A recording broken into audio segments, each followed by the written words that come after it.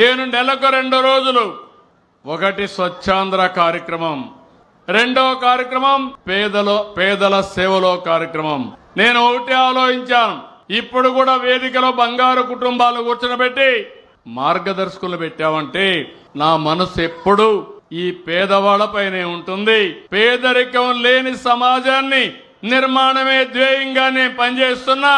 ఏ పని చేసినా పేదవాళ్ల కోసమే చేస్తానని మీకు హామీ ఇస్తున్నా.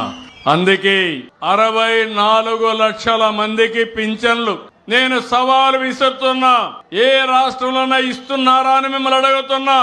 4,000, 6,000, 10,000, 15,000, సంవత్సరానికి 34,000 కోట్ల రూపాయలు 64 లక్షల మందికి ఇచ్చే ఏకైక రాష్ట్రం, ఏకైక కార్యక్రమం ఎన్టీఆర్ భరోసా.